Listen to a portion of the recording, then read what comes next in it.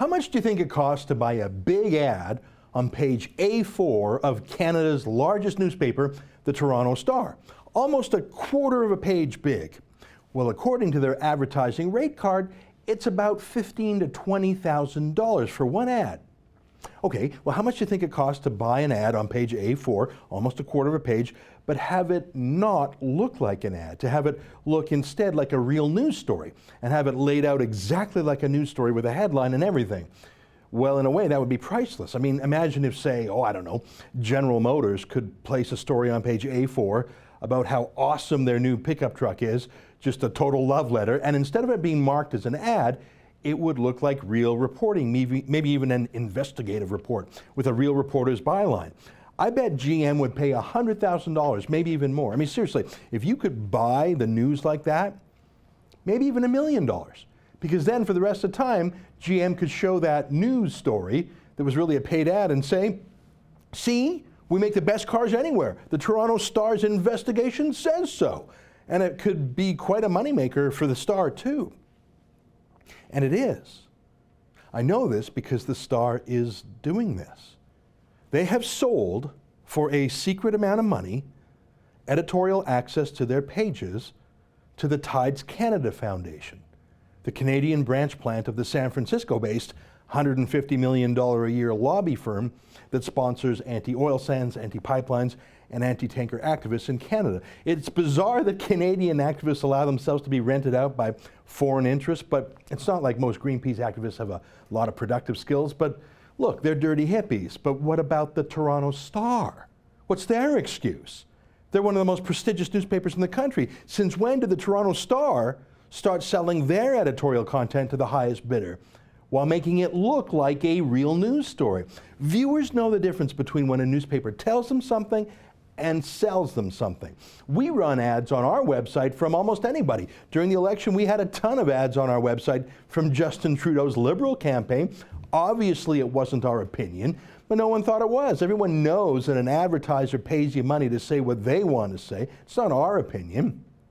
What we say is what we believe in. That's not bought or sold. Now, if Justin Trudeau started paying us to say pro-Trudeau things in our own voice, now that would be an ethical problem. We would be propagandists then, not journalists. Well, how is that different from what the Tides Canada Foundation is doing with the Star? In yesterday's newspaper, on page A4, take a look. This huge, glowing, slobbering interview with a global warming extremist promoting his propaganda against oil and gas and Stephen Harper.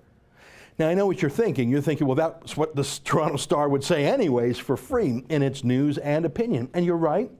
I don't even know why the Tides Foundation felt they had to pay for the cow when they were getting the milk for free, but they did. And the Star sold themselves to a foreign lobby group, or to be more accurate, they sold their readers to a foreign lobby group. Now, right at the very bottom of this news story is some fine print that said that the report was a partnership with Tides Canada to promote stories about global warming.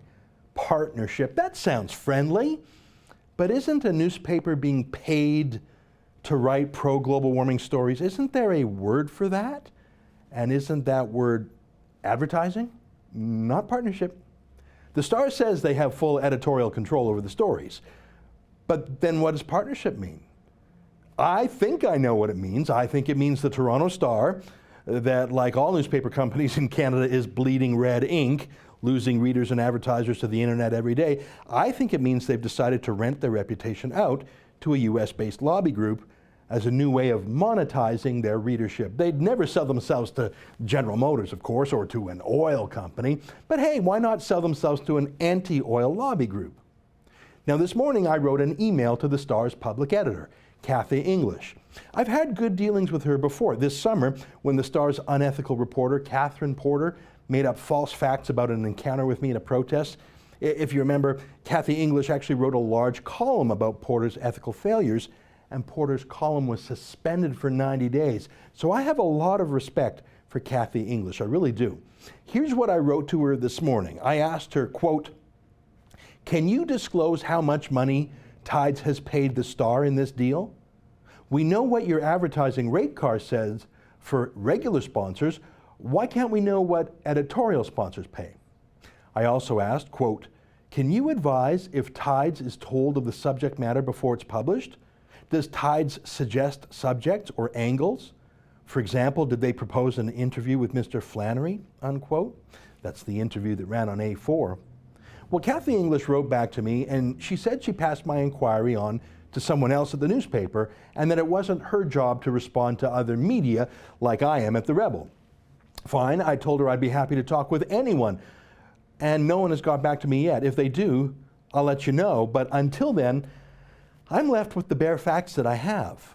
A multi-million-dollar lobby firm, world headquarters in San Francisco, has a deal in place where they pay to place anti-oil propaganda in the Toronto Star and make it look like a regular news story.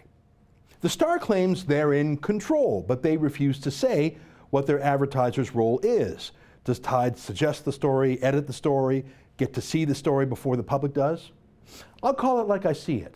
The Toronto Star is selling its news pages. I don't mind a big ad paid for by a lobby group, and I don't mind a column taking a strong point of view. But this is new, what's happening here. This is the Star selling something that looks like news, selling it to a foreign lobbyist, and not leveling with readers. It's the kind of thing that, say, if the National Post did it, selling an article to an oil company, well, that would be scandalous. That would be covered by every other reporter in the country as a crisis of media ethics. But because it's the left-wing Toronto Star and global warming, no one cares. Frankly, I bet the editors at the Globe and Mail and the producers at the CBC are contacting the Tides Foundation right now, asking how they can get in on the action.